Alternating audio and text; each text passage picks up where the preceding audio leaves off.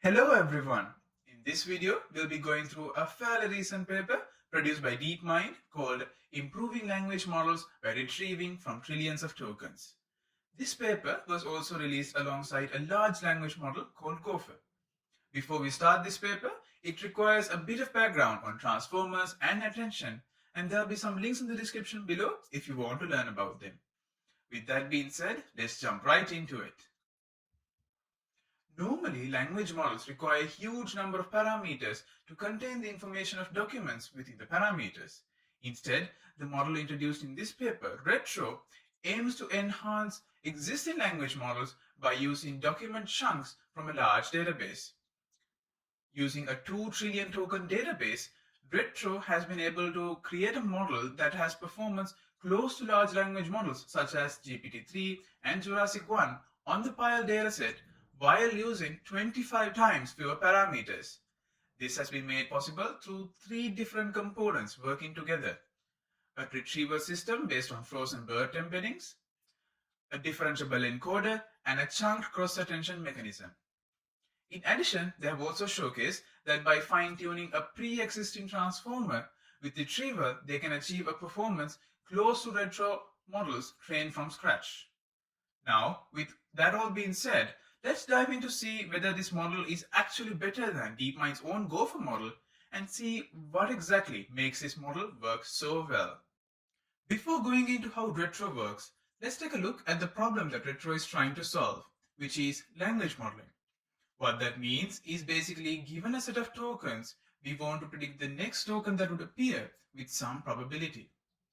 Tokenizing is simply breaking sentences into subwords and then labeling them with integer IDs called token IDs to make it easier for computation. To understand tokenization a bit better, let's take an example. Here, I have taken the sentence, "The long-running Cold War started in the year." And here, this is the token that I want to predict. Each of these tokens have been given a unique integer ID to make computation easier. In the paper, a sentence-based tokenizer has been used. For illustration purposes, we'll stick with this example. There have been multiple approaches taken at language modeling, such as recurrent neural networks, which were quite slow. Afterwards, we came into transformers and attention mechanisms that could be parallelized. With transformers, there was a huge leap in the number of parameters that were used. It would start out with 100 million parameters and go into billions of parameters. You have probably heard about GPT-3 by now, and you might have heard about other large language models such as Megatron, Jurassic. These language models have billions of parameters within them in order to capture the information within the text into these parameters. This creates the issue of having language models that have large model sizes and higher compute power requirements. But in reality, if we look at the way we answer questions, we don't exactly hold all the information in our brain, right? Some of it we write down or search online. In that sense, what if instead of memorizing all the facts within these weights, we would offload all the information to a database and then we use a model to decide on which documents to refer to and which parts to look at to get the answer for a question. This way, we would be having to use less number of parameters. This is the main approach that Retro has taken. As I mentioned earlier, there are 3 main components to Retro: the retrieval system, the non-causal transform encoder, and the chunk cross-attention mechanism. We'll dive into each section separately. Here, if you look at here, you'll see that we have the input sentence tokenized into little boxes here, and each of these tokens are colored in a different color to indicate the chunks that they belong to. Now, what exactly is a chunk and how does this chunking happen? Let's take a look at how these input tokens are divided into these chunks for the use of the retrieval system. In order to be used within the retrieval system, the input sentences will be divided into chunks. Suppose we have a sentence that has n tokens. Then we would break the sentence down into chunks of size m. In this case, in the paper, they have set n equals 2048 and m is equal to 64. Now let's take an example text of our own. So earlier we were talking about the long-running Cold War starting in the year 1947. And if we break this down into chunks of size 7, so there are 21 tokens here, And let's say I want 3 chunks. So we would be having a chunk with 7 tokens within each chunk, right? So likewise, we will be breaking down each sentence into tokens and then chunking them likewise. And the next step in the retro architecture is to retrieve k number of neighbors that are similar to each of these chunks from the database itself. The retrieval system contains a database that contains the aforementioned 2 trillion tokens, and there's a special structure to it as well. According to the paper, the database is structured as a key value pair database. Now, the keys of this database are the frozen BERT embeddings of the chunk in the vocabulary averaged across times. Now, let's say in our example, the key is the space cold space war. Then the BERT embedding of that sentence, that chunk actually, is taken and averaged across time to get the final BERT embedding, which will be the key for that specific chunk. Now, when we look at the value, it holds 2 pieces. One is the original chunk, N, the neighbor chunk, which is used to compute the key, and F, the continuation in the original document. Now, after we examine the 2 values, now a value will be having 128 tokens since one chunk is 64 tokens long. We will be then calculating k number of near neighbors using L2 distance between the BERT embedding of the current chunk and the keys of the database. Now, a problem might come to you, since there are trillions of tokens, wouldn't that incur a huge computational cost? Well, in this study, they have used the scan library to approximate the neighbors in O log time t, O log t time actually, with t being the number of rows. And also, since the embeddings are from a frozen BERT model, we can pre-compute the neighbors and store them in advance. Now, for each chunk, we have collected k number of neighbors. Let's look at how these embeddings are encoded. Each chunk has k number of neighbors, as mentioned earlier. So in this example, the space cold space war will have, let's say, 2 neighbors. Each neighbor is then encoded using a bidirectional transform encoder, which gives out a new embedding in a new dimension space. These encoded chunks are then stacked together to get one final output called E, according to the paper.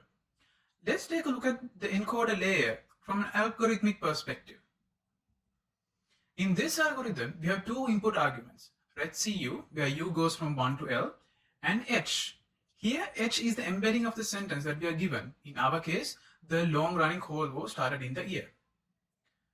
Then, afterwards, we would be splitting h into chunks. hu, where u goes from 1 to L. And the same encoder is used across all neighbors and chunks to embed each neighbor of each chunk. Apart from these input arguments, we would be having 2 hyperparameters, lenc and penc. lenc is the number of layers in the encoder layer, and penc is the list of layers where cross attention will be applied to. Let's take an example. Let's say our lenc is equal to 4 and our penc is equal to 1, 3. So for one specific chunk, we will be having 2 neighbors. Let's say this is cu and our neighbor is nu. Also, we will be having the entire sentence h broken down into chunks as well, and let's say that chunk is then hu. Now here, the neighbor nu, we will bring it over here, would be first embedded using the embedding encoder mentioned here, and then afterwards we would be going through now each of those encoder layers. Now, since we are in the first layer, we would first have the attention mechanism, and then since we're in the first layer, we will be having enc, which stands for cross attention. So this cross attention happens with this hu here as well. So hu and the output of the attention layer combined will be having cross attention, and afterwards there will be a feed forward layer. This all together will be the first layer. Actually this, yes. Now afterwards, after the feed forward layer, we will be having another attention layer and another feed forward layer. So this is layer number 2. After this feed forward layer, we would have another attention layer, and then we would be having cross attention with this hu over here, And then afterwards, we'll be having another feed-forward layer, after which we'll be getting EUJ, the embedding of the encoded neighbor of the jth encoded neighbor of the U chunk. These are all collected together and stacked together to get the final output E. And at the end of this entire encode algorithm, that E will be used to begin the decoder process. Now we discussed the retrieval system, the transform encoder. Now let's jump into how the decoder layer works with the chunk cross-attention mechanism. Now that we have the encoded neighbors and the entire sentence tokenized and embedded, we can now start the decoder process. The decoder process consists of interleaving retro blocks and standard transformer blocks, as seen here in this graph. A retro block consists of three different residual operators: a fully connected layer, the standard sequence level self-attention layer, and a chunked cross-attention layer. The chunked cross-attention layer incorporates information from the retrieval encoder. Let's explore how the chunk cross-attention works next. The chunk cross-attention mechanism introduced here works by breaking the intermediate activation H into attending chunks called HU+. Let's take a look at this through a diagram. These attending chunks are of size M as well, and they contain the embedding of the last token of the previous chunk and the embeddings of the first M-1 tokens of the current chunk. From these attending chunks and the encoded neighbors of the embedding of the current chunk, we calculate cross-attention across time and across neighbors simultaneously as they merge the neighbor and the time dimensions of the encoded neighbors before applying cross-attention. A key point is that autoregressivity is maintained in this case, as we are only including the last token of the previous chunk for the attending chunks. Finally, the outputs of the per chunk cross-attention is concatenated together as seen here, and the result is padded with the tokens from H to match the required token length. Now let's look at the decoder process through an algorithm. To sum it all up, here's how the decoder works. The intermediate activations of the sentence is taken, and for each layer in the decoder, we start off like this. Let's say we have the number of layers in the decoder layer L is equal to 4, and the list of indices where we will be having chunk cross-attention as P equal to 1 and 3. So we'll start off with the sentence embedded to get H, and then in the first layer we'll be having attention, and in the first layer where the chunk cross-attention is going to happen, in this case 1, the current layer we are at, we are going to send the embedding that is sent through attention to the encoder to get E, and then we'll use that along with the output from the attention layer in chunk cross-attention to get the final embedding out. Moving forward, we'll be sending that through a feed-forward layer, and then that concludes the first layer. And now we are at the second layer. Here, we'll be simply using the attention layer and the feed-forward layer, and then we'll move forward to the third layer. The third layer, we'll be using chunk cross-attention.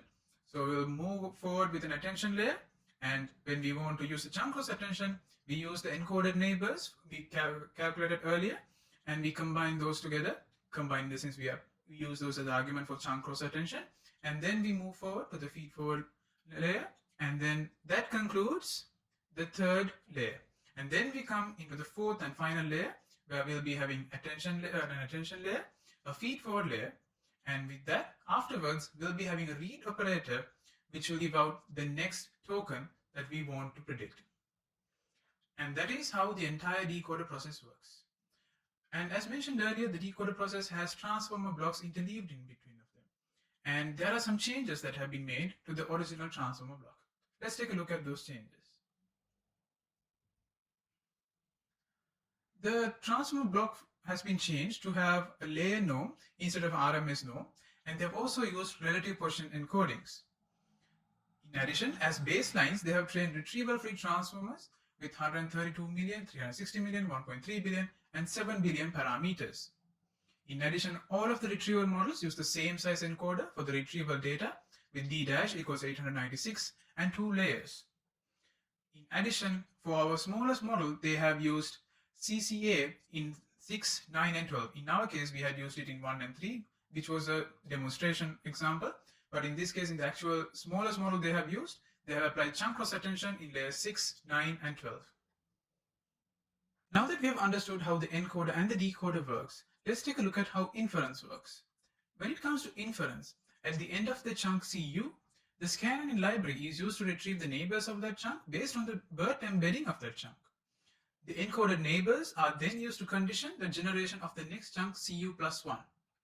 The cost of sampling in inference is similar to that of transformers, with a small negligible cost added by the retrieval process.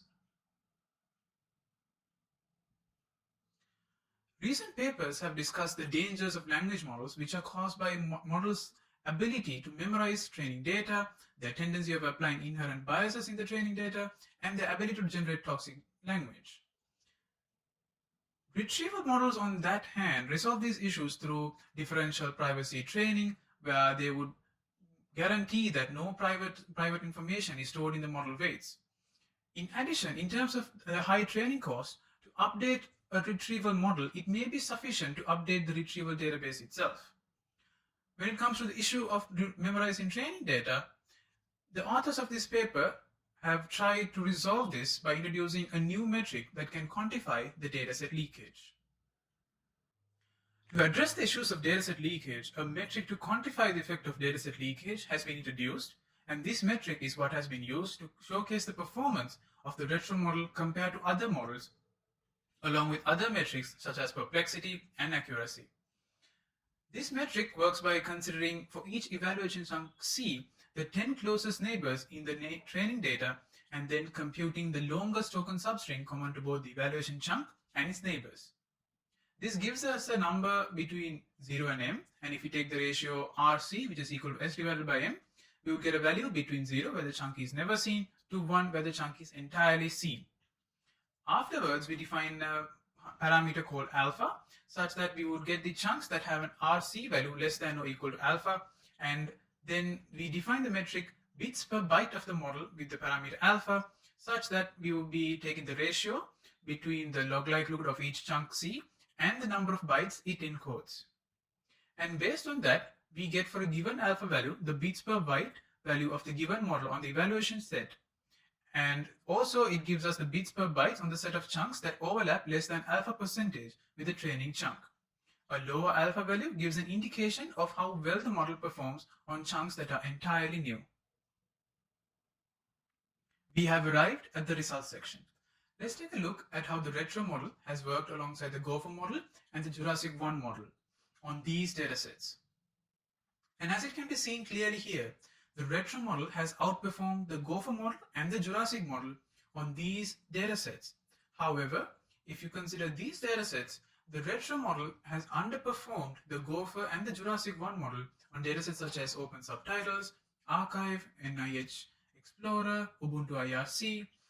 So in reality, even though there are some datasets that the retro model has underperformed in, a majority of the datasets the retro model has performed well in. And this is done completely through using 25 times fewer parameters. In addition, they have shown that by extending baseline models into retro models, they can achieve performance close to that of retro models trained from scratch.